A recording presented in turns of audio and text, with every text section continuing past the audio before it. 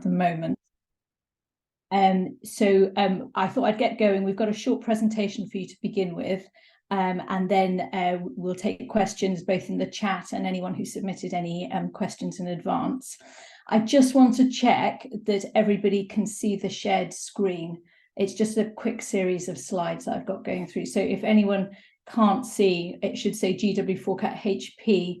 If you drop something in the Q&A or the chat, and I will try and change my screen around. And if I can't see anything, I'll assume that everybody can see this. Okay, so I'm going to get going. My name is Kathryn Peall. I'm an adult neurologist. I'm an academic. I'm based in Cardiff, and I co-direct this programme with Richard Coward, who's a paediatric nephrologist and who's based in Bristol. As you can see from this slide, there are a number of other people that contribute to this programme. So Jane Bailey is our manager, and some of you will... good, okay, everyone can see my slides, fantastic. So Jane Bailey is the manager, so some of you may have had some contact with her, but she's a fantastic point of contact, both up to the application process and after. And Tracy Jarvis is our administrator, who's coordinating everything this morning. As you're probably aware, GW4CAT HP covers 4 academic centres across South Wales and the South West region. So that's Bath, Bristol, Cardiff and Exeter. We have leads for each of those centres. So obviously Richard and I do contribute to the Bristol and Cardiff centres as well, but we have leads in Bath and Exeter. And we try to cover as many of both the clinical paradigms or clinical backgrounds as possible, as well as having a broad spread of research understanding so that we can be well represented on panels, etc. Just at the bottom, I'm sure you can get this on the website and I'm sure you've got it already, but the direct email address for Jane and Tracy is at the bottom of this slide. So just moving on to the next bit. This is just to give you a bit of history and a bit of background. So GW4CAT HP is actually the second version of this program. This program first started out as GW4CAT, and this was initially only set up for doctors, dentists, and vets. It had a similar structure to what we currently have. So there was 1 round per year with about 5 appointments per year, but that, that's sometimes flexible. And this program ran from 2015 to 2020. So we've still got some of the later cohorts from that group just finishing up their PhDs at the moment. And then GW4CAT HP, we were awarded this program during the pandemic. So we applied for this. So Wellcome had a new program out and we applied for this and were successful in getting this program set up. And the biggest difference for this program is that we are open to all health professionals, so all clinical backgrounds. Hopefully you've all had that information in advance. So, still the doctors, dentists and vets that we covered before, but also 24 different clinical professional backgrounds. And this is why we have a bigger leadership team now to make sure that we try and have representation from as many as possible. We obviously can't cover all, but as many as possible. Oh, brilliant. Richard has managed to join us. So again, we've got a very similar structure, 1 round per year. You're aware that that round is opening soon and we'll have interviews in the new year. Our first round started in February 2022, and we had 2 that year because we had to catch up quite quickly. So what type of research do we fund? And this is what has probably been the biggest question that we get asked, and it's not, it can't be succinctly put in a single sentence, but essentially we fund discovery science. So Wellcome is known for its interest in discovery science, but we are funded to deliver that work, but particularly biomedical work. So again, biomedical research, broadly speaking, looks at mechanism that gives rise to disease, or how you treat that mechanism that gives rise to disease.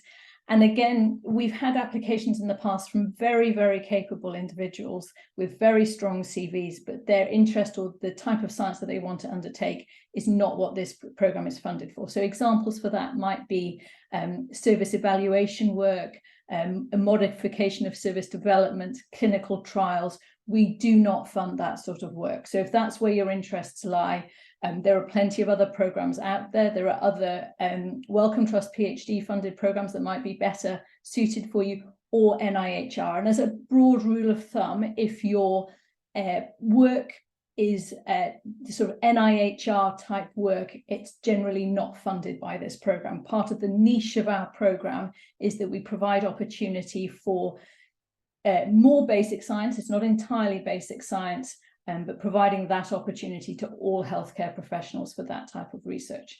So again, if you've got questions relating to that, please put them in the Q&A in the chat as we move forward. But just to give you an overview of what our appointment process looks like, we have a sort of a standard application form. We have evolved this over time because obviously we're comparing people from very different clinical backgrounds, and we want to make that as equal and as fair as possible. But probably the biggest area is two main questions, one relating to a period of previous research that you're most proud of and what you've taken away from that. And the second element is the big research question, so the research area that you want your PhD to be able to answer. And there are two reasons for doing this, partly because we want to be able to ask you interesting questions at interview if you're shortlisted, so that we can really get a feel for your depth of understanding and how you want to go about exploring it, but also so that we can make sure that we have the expertise across our centres that would enable you to answer that question, because we don't want people, very capable individuals, applying for the programme, us appointing them, and then us not having the expertise really to be able to support you to do that. So those are the reasons that we've put that in. It makes the interview process much more informative. I think the feedback we've had from the people being interviewed is that it's much more helpful. It puts a bit more meat into the interview and gives us something to build on. Also of note, we look at people of different clinical backgrounds, score them separately. So obviously, we recognise that certain clinical fields might have more access and opportunity to research at earlier career stages than others. So please don't worry if you come from a clinical background where there is relatively little research opportunity, that you're going to be compared like for like, say, for example, up against a junior doctor where there has been a lot of opportunity for research at a relatively early career stage.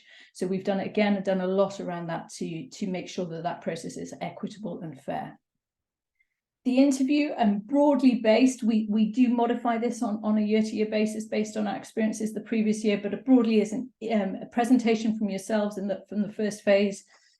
This again gives you a chance to warm up, gives us a time to get to know you, but also gives you an opportunity to put your pitch forward for us to better understand what you want to get from the programme.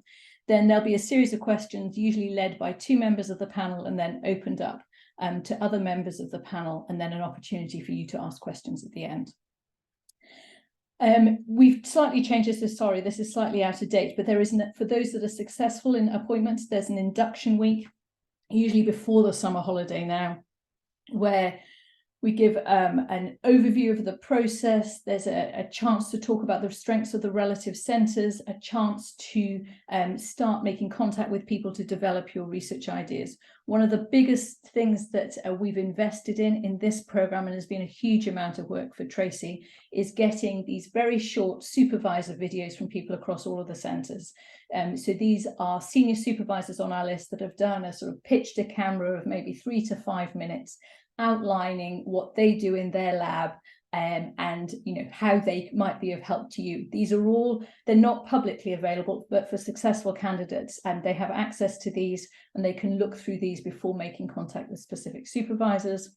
We also run a director-mentor relationship. So again, successful individuals allocated a director to help them develop their project over the 12-month period.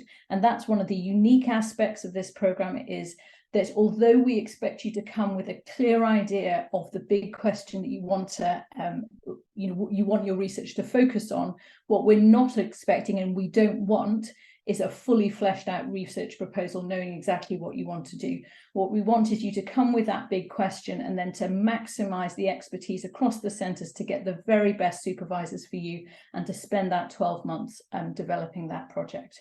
So that's what sets this programme apart from others, because you have this run-in year where you stay in the job you've got at the moment, but you spend that year developing your project. So when you start your PhD period, you're really well informed. It's your project, you've developed it.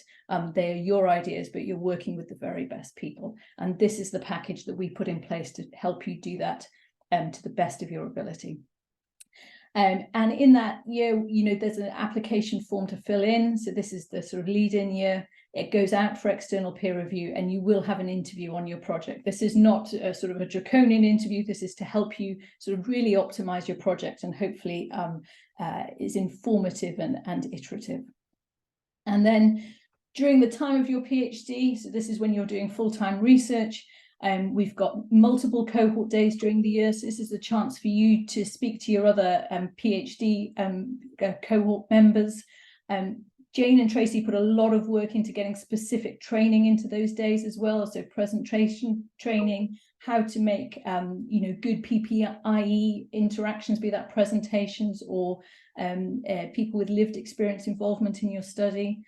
We have some annual cohort days, not just within the programme. We link up with a team in Oxford, but also other doctoral programmes linked with the Wellcome Trust as well. And we also have an annual review of your progress.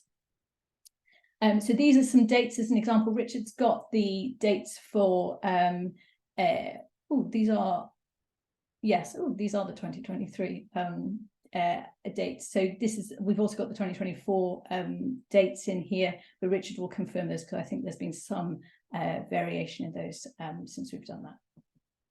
And then just finally, people also, this is another area we get a lot of questions, is over supervision. So as you'll see from our website, we've got a list of senior supervisors. This is a dynamic list. It's not exhaustive, but for anyone to be a senior supervisor, they do have to come through our review process, and our management group has a review process for senior supervisors to apply with their CV, etc., for us to just to benchmark them and make sure that they reach the standard that we're expected. But also you'll have a lead supervisor. So they don't have to be on the senior supervisor list, and they may be slightly more junior, although a PI, but slightly more junior to the senior supervisor. And you can also have co-supervisors, which may exist at one of the other centres. So often people will have projects that cover at least 2 centres within the GW4, sometimes up to 3. People do have links with individuals outside of the GW4 region. Those people tend to be collaborators rather than supervisors. And then finally, we always ensure that all of our trainees have a mentor also for the programme as well. Often a clinical academic related to their field, but not necessarily restricted to that. Okay, I think that's the end of my presentation. I'm just going to try and stop sharing my screen and switch my camera on. And then hopefully the questions are going to start flooding in. And Richard and I will be able to answer some of these. So Richard, I don't know if I have a look at the questions and read them out, and then we can do our best to answer. Thanks very much for the presentation. I think you absolutely nailed it there, Kathryn. That's exactly what we're looking for. And I think your bit about what's unique about this programme, which hopefully everybody listening will have absolutely got, is it's an amazing opportunity to work with world-leading researchers to answer a really big question. And I think, just to reiterate, that it's fine to have a specific question in a specific lab doing specific things, but that probably is better to go through like MRC if it's discovery science, or NIHR, exactly as you say. So we've got a few questions here. The first question is from Matteo, asking about what's the definition of openness, which is a really good question. So it's quite a philosophical question, but what we mean by this is having a very open mind. So being receptive to thinking about different novel ways of addressing a problem. Because we sometimes have people that, which is absolutely fine, have got very fixed ideas about their approach to a problem, and that might be okay. But just remember, you've got so many other opportunities, and that can become very obvious when we're doing the interview. So by openness, we really mean open mind and being receptive to learning as many techniques as possible to answer your big question. Okay. Do you want to take the second one? Yeah, eligibility criteria, the definition of HPs. I mean, I think, you know, I've got on my slides broadly what we started with. That definition has evolved not only in the clinical world over the time since we were awarded this this funding, but also Wellcome's definition of this. So essentially, the definition we have on the website, you know, the eligibility criteria there. Those are the criteria to work from. So, you know, we cover everybody, really. I think the person here has given an example of social workers. Yes, I think the difficulty sometimes with people more of social science background is often the work doesn't encapsulate the biomedical components, or it's much harder to get work that encapsulates the biomedical component. So we're not adverse to having applications from social workers, but what we don't want is to waste people's time. So if, as I was explaining in the presentation, if your work looks more at, say, policy or service implementation or service optimization or evaluation of service, that's not the type of work that we fund. There are other Wellcome Trust funded PhD programs that would be better placed, and on the Wellcome website there are a number of those throughout the UK, but also on an individual project basis, the NIHR would probably be better placed to fund those projects. Next Brilliant. question, go to you. I'll take the next one. So I think this is Adam, but I think it's just the way your name's done. So apologies if this is your surname, but I'm going to go with Adam. Can the programme be undertaken remotely, part-time, or is the student expected to be in campus Monday to Friday every week? So we're very open. What we want to do is facilitate people to do the best science within your lifestyle to an extent. So if you want to do it part-time, we're 100% very supportive of that. So we're very open, and we'd be very happy to discuss that. Saying that, it may be worth thinking about that this is discovery science, and there's a distinct possibility that some of it will be laboratory based. So you may need to go to a laboratory for some time, but yeah, absolutely, there's flexibility with this scheme. Okay. So a question from Mel Burden as to whether there's any support or guidance available prior to deciding what the big question is. So succinctly, no, there isn't per se, because that big question is very personal and very personal to all of you. And I think the very fact that you're on this webinar means that you're obviously thinking about research and thinking about doing a PhD, and I anticipate would have a broad area that you were expecting to do that PhD in.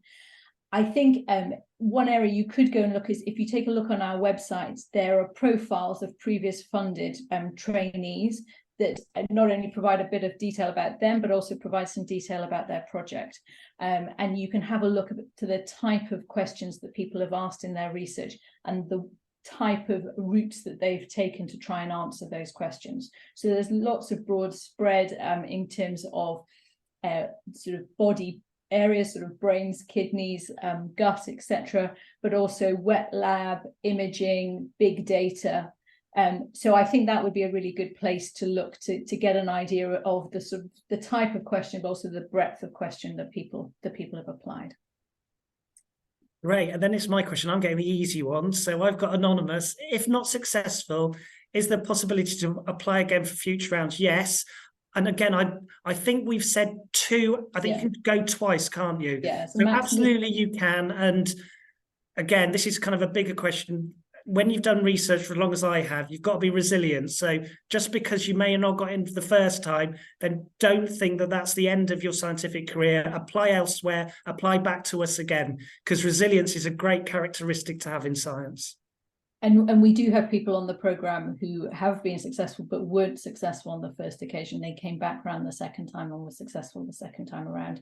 We provide a lot of feedback, you know, particularly for those that are interviewed, both successful and not successful. And those candidates who were successful on the second go had really taken on board the feedback that we'd given them, and had worked very hard over the 12 months and had come back and put in a really good performance, and are doing very well. So next question is there scope to apply for additional external funding during the programme to support research activities? So I think the first thing to say is that relative to some other PhD funding, Wellcome is very generous in terms of the total consumables that you're able to apply for. I always get this wrong. I can't remember if it's 30 or 35,000, but it's one of the two. So by PhD standards, that's pretty generous. There's an extra pot of money if you do animal research or human imaging, because we recognise that those are expensive. And your travel training fund sits outside of your consumables fund. So there's £5,000 allocated to that per person. Now that's very unique by PhD funding standards, because normally it's all put into one pot and is often restricted to in and around 25, maybe max 30,000. So that's the position we're starting from.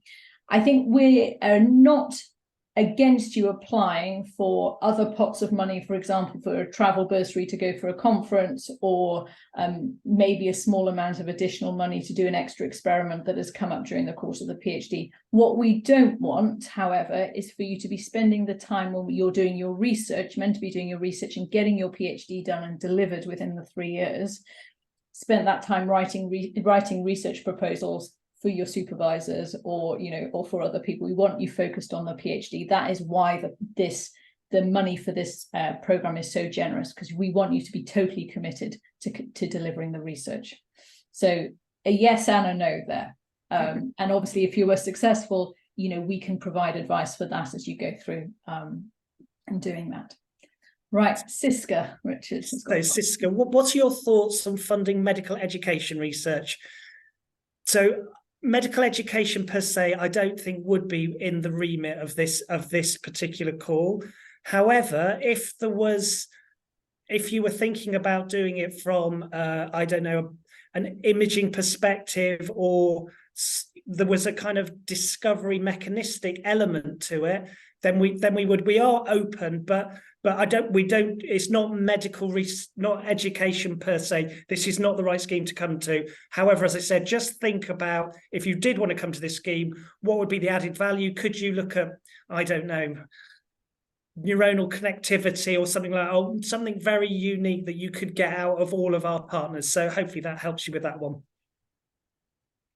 So next question from Laura Carey. Should we aim to approach or discuss potential projects with GW4 senior supervisors before we apply? I think that is always very helpful for your application. Particularly, I think, first of all, you have to get your question, obviously, to be approaching relevant individuals. But I think even if it's email correspondence only rather than a virtual chat, an idea as to whether this person really would be someone that would be able to supervise your project, whether they or in their group are doing the things that would be helpful for you to answer the research question that you have. And I think having some awareness of who it is out there within the GW4 region who you might be involving in your project is very useful. Because as I said, one of the reasons for asking your big question is we want to make sure that we have the people to help you answer that question. We don't want to end up in a situation where we can't help you do that. So you looking ahead in advance is always going to help you in your application. Yeah. Brilliant. Back to me again. When you say, so this is from an anonymous attendee, when you say projects should focus on biomedical science, does that imply that most projects will be lab-based, or could a project using other techniques to answer a biomedical question be appropriate, i.e. using big data, Mendelian randomization?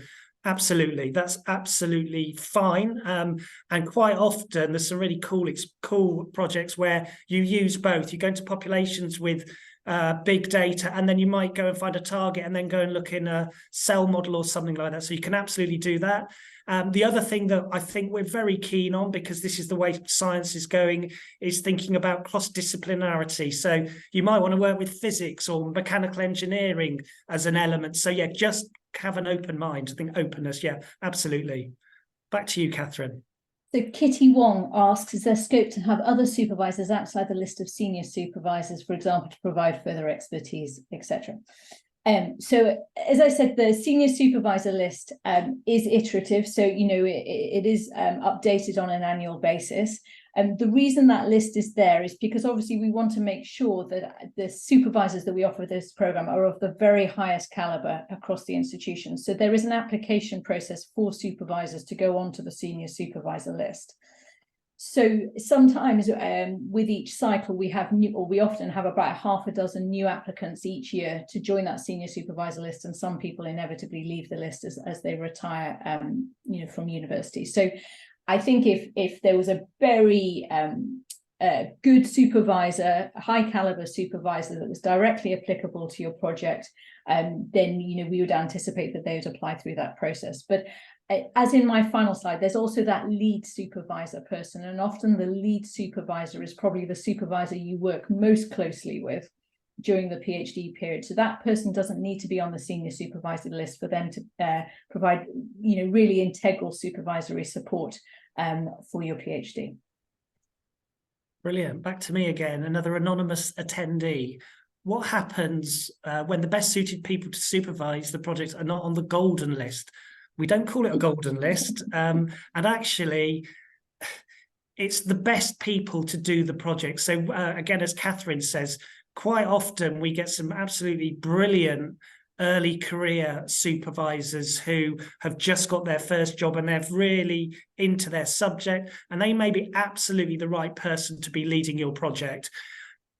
This is where the big question and the open-mindedness comes in, because what we sometimes get is people wed to supervisors and actually they're not the best to answer the big question. So it doesn't matter about the golden list at all. Absolutely, if there's a person who is suited to your project and obviously adequately funded, we're absolutely up for them helping, either being a co-supervisor or the lead supervisor, as Kathryn says. The next question is, does the fellowship allow clinical activity and how much clinical work is allowed? So yes, up to 8 hours per week. So not beyond that. And the contract is very, very clear about that. So if you were successful and those in your clinical field were pushing for more time, there's very clear protection around your time that it cannot be more than that 8 hour period. And that 8 hour period is 8 hour total, not 8 hours of clinical activity plus some admin on top of that. No, it's 8 hours total. So usually, for example, surgeons might do one theatre list and some associated admin with it. Physicians or paediatricians, psychiatrists might do a clinic. We've got several physios on the program, and they are doing sort of one specialty, usually super specialty clinical front-facing, so clinical, outpatient clinical activity per week, and then some admin linked in with that, and then that falls into the 8 hours, but nothing beyond that. Okay, and I think I am lucking out with my questions. Would external courses to support the project be funded via the consumables funding? Yes. Next question. So is an NTN, so this is National Training Number, required for applications as academic clinicians? Yes, we do need trainees to hold an NTN in their respective specialty in order to apply, because what we want is people to feed back into the program, back into their clinical training after the program to continue to build on their academic careers. Although we are a PhD funding program, what we want to develop are future leaders in the sphere of clinical academia across all clinical backgrounds. So we spend a lot of our time not just in support in the PhD period, but bringing back all our postdoctoral clinicians to our annual days and cohort days, and really supporting them in onward application for fellowships and trying to get substantive jobs.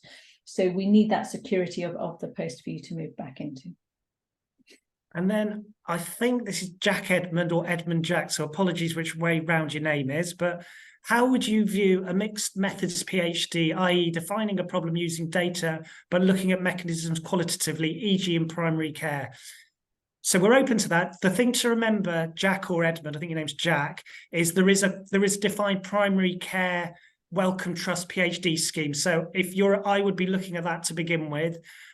We are very open to answering the question in the best way. So, and this could be very relevant for other health professionals who might want to look at things by using big data analysis. So we are open to that. But for you, Jack, I would definitely be looking at the primary care scheme absolutely this time round.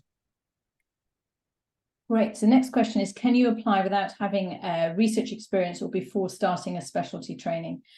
I mean, obviously you can apply, we're not going to stop people from applying. I think with absolutely no previous research experience, it's going to be very hard to get shortlisted. I mean, this is a very competitive process. We usually have upward, over 50 applications for each round.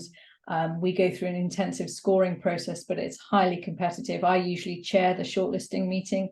It's very difficult. Often we have a number of very good people who we could shortlist. And a lot of the scoring around that is on attainment from previous experience. So I think to have no previous research experience would put you at a huge disadvantage.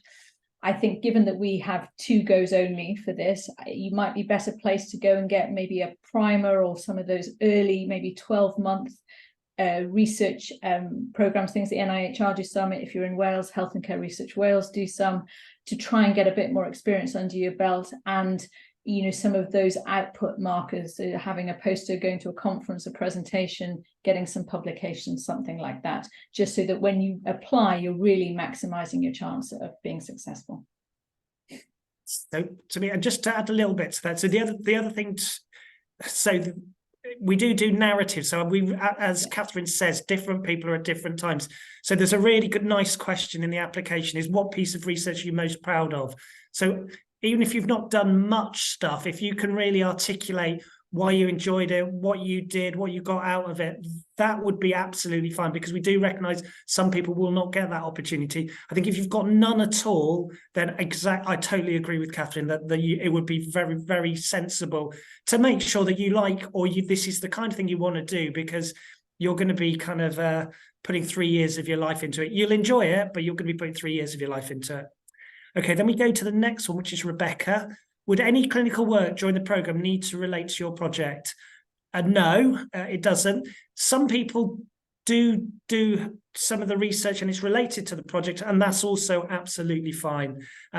Again, as Kathryn says, we absolutely realise there are healthcare professionals, and this is, surgeons are one of the classic ones, but actually, physiotherapy, all of these different things that still need to have hands-on clinical experience, and we're very supportive of that. But you can't do half and half. It's a maximum of 8 hours, as we say. And then the last current question that we have at the moment, penultimate question. Rob Williams says, thinking about research around mental health, and would the programme be suitable for qualitative approaches, for example, assessing attitudes of mental health professionals towards psychotropic medication? So wanting some clarity there. I think that specific question, we wouldn't fund that type of research, because that is more a service structure and a service approach type question in terms of those sort of attitudes towards therapy. I think if there was a question that more related, for example, around mechanism of action of psychotropic drugs or something like that, then it would be the program for you. But I think looking at the clinical delivery approach is not what this program is about. So I hope that's clear. And then I think I've got I think we have got the final question, which is from Mel Burden. Is an MSc 7 years ago too old to form research experience? No. So again, I don't know what your background is, Mel, but if you can articulate you did it 7 years ago, you think this is a massive opportunity, you have got a big question that's really interesting, that's absolutely fine. It will be how you fill your application form in. I think, to give us an example, we have a trainee on the programme who's an allied health professional whose major research experience was actually their first degree before they went and did their healthcare qualification. And they were able to articulate that so well, not only the skills that they had, but the interest that they had developed during that period and how they hope to build on that within the PhD. Very well at interview and were successful in being appointed. We recognise that although intervals may be big, there will be a number of things in people's lives that may have happened beyond work that may have contributed to that interval being whatever length it is. We don't discriminate against that at all. We're open to all of this. It's more how you can sell it to us rather than how big or how small that interval is. Brilliant. I think. There's one, sorry. Oh, it's another question. Oh, yeah. Sorry, there's a few more. Okay. Right. One, so it's me now, isn't it? 8-hour clinical limit, inclusive of evening or weekends. So we have no say on what you do out of hours. So if you do on calls, that's up to you. However, say, for example, you had a full slot on an on-call rota that required you to do nights, say Monday to Thursday, and therefore you weren't able to be awake during the day to undertake your research activity, that is not okay, because we're paying you to deliver the research activity 9 to 5 during those weeks. If you're working in a clinical area whereby you can do, a 5 to 8 or 5 to 10 shift or something like that in an evening during the week, and that's important, or you feel important either financially or to keep your skill set up, that's up to you. But we don't get involved there. If it impacts the delivery of the research in the 9 to 5 period, that's where the line's drawn. Right, and I think the current final questions from Laura. Are the successful big questions quite open statements rather than specific if we want to be flexible, not have a specific fleshed out idea or lab in mind, e.g. exploring novel treatment pathways for XX? So basically, your big question is, with whatever speciality you do, is you've thought about it enough to say this is something that is important, and has not been extensively looked at before. Because as Kathryn says, the difference from the last round is, so I'm a paediatric nephrologist, Kathryn is a neurologist, and we quite often will get, I don't know, orthopedic surgeons or something like that. And you may come with us previously with a kind of idea which we only find out about at interview. This gives us a run-in when we're interviewing you to make sure that actually you really know that this is an important question, what's been done before, what could be the new techniques to really answer this question, and what's the potential significance of it. So I can't really give you a precise answer to that, but that's the kind of thing that we're looking for. So, yeah. I think as well, Kathryn. The word limit for that question is not huge in the application form. I can't remember exactly. I think it's around 150 words, 200. So you're not going to be providing like minutiae as to the detail as to what you want to do and how you want to do it. So it is going to be relatively broad in that context because you've got to get it in the word limit. What I would say is if you're shortlisted for interview, be prepared to answer potentially some in-depth questions on why that question, how you think, what are the best approaches to answer it, and the relative pros and cons of those. Yeah. So although the answer in the form may be relatively superficial-ish, you have to be prepared to answer more in-depth questions. And let me just add, I'll give you 2 examples of things that I would, well, you can do what you like. These are things I wouldn't necessarily recommend you doing. So if you said, my big question is antimicrobial resistance, and you left it at that, like that is a very broad topic. So, that it is fine, but you need to be more specific. Or if you came to us and said, I would like to look at this molecule that's been identified in a lab I had a summer studentship with, that's very, very precise and should be going down MRC. And you need to kind of go in the middle of those 2 would be what I would say. I mean, we recognise that it is a tricky balance, to judge, and that's why I'd suggest going to have a look at the projects that people have done before you, recognising that those projects on the websites are the final fleshed out projects, but you'll be able to read back from those and look at what questions that they had to begin with. So Susan Robinson has got sort of 2 questions, so I'll save Richard and I'll take both of those. First of those, to clarify, the programme starts in 2025. So the PhD, the doing of the PhD would start in August, September time of 2025. Your initiation into the programme would start August, September 2024. So that's the build up to working out the PhD project. So you've got this lead in of 12 months. And then second part of the question, would a candidate be penalised if they want to do research that is not relevant to their current clinical role? For example, if I want to understand the role of exercise intervention for ADHD, studying underlying mechanisms, for example, and Susan's a physiotherapist, if I don't currently work with people with ADHD in my clinical practice. So that's not an issue at all. I think we would obviously want to have some articulation probably at interview, because that's where we'd be exploring this in depth as to the relevance of exercise in ADHD, why you were wanting to pick the ADHD population, and how you thought exploring the mechanisms of impact of exercise in this group was really going to be impactful for that clinical cohort. But you don't specifically need to be working with that patient cohort. Another thing to think about though with that is, if clinically you're not in contact with these patients, you'd obviously have to pick a supervisory team or be aware of people within the region who do have clinical interaction with patients with ADHD, and you'd have to think about that in the the contact and the project development for that. Thank you at the end. Was there another question? Oh yes, they keep on coming. Okay, so Matthew, in the lead-in year, is there any dedicated time given by the programme to work up the final project question, or is it expected to be done in the spare time, for example, around full clinical role? So what we're trying to do is we're trying to help you develop the best possible project in the run-up, and the fellows that have gone previously find that incredibly helpful. We don't pay you extra time to do that. But what we try and do is run it around when you've got study leave and things like that. So that's what most of the other fellows have done.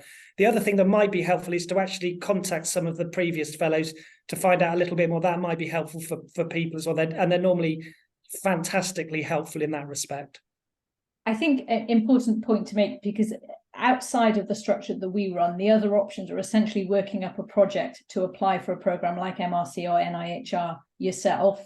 And setting up that supervisory team. So I think most people who do that end up doing that in their own time, or you slot into a PhD project funded by someone else where the project and the question is already set up, and you start quite cold to that project. I mean, one of the huge advantages, that our sort of hybrid model for that, in the sense is it's your question, not somebody else's, and you've had 12 months of really familiarizing yourself with the literature, and really getting to grips as to how you're going to do this work. And it makes a huge difference then when you start the project, because a lot of people end up spending the first 3 to 6 months just trying to get on top of the field and understanding the field before they actually get going with the research. This program allows you to hit the ground running. So yes, there is probably work done in your own time, but I'm sure I'm not telling anybody here anything they didn't already know. The reality of a clinical academic career is that you do end up doing, a reasonable amount of work, in your own time to get things done.